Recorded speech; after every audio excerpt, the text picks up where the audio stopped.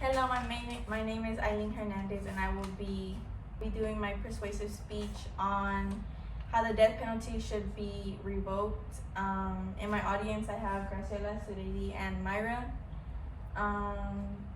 So to begin, there's two sides to every story, and the death penalty includes one of them. And I will be arguing against the death penalty. The death penalty is inhumane, cuts the prisoner's prison time, and is still murder, which affects more than one person. The first main point is that the death penalty is inhumane.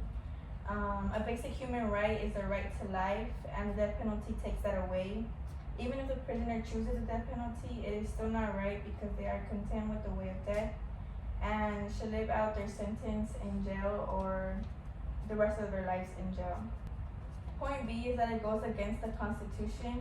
The 14th Amendment states that every person has the right to life, liberty, and the pursuit of happiness, and being sentenced to the death penalty takes that away.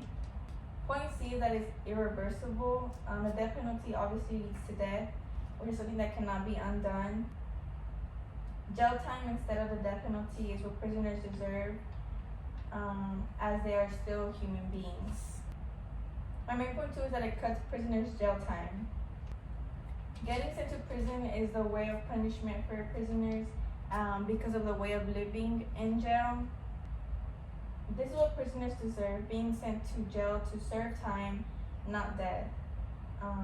Point B is punishment. Some may consider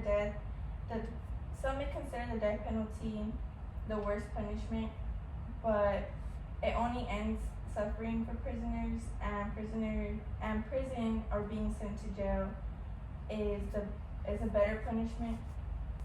My main point 3 is that it is still murder, which affects more than one person. Point A is that it's still alive. Even if the prisoner deserves death in case of murder or something more gruesome, no one is allowed to determine who lives and who dies, and with being sent to jail, they do just that. And by sentencing someone to the death penalty, you are just as bad as the prisoner. Point B is the families involved with somebody being sentenced to the death penalty. With the prisoner still being a human being, families will go through grief and sadness.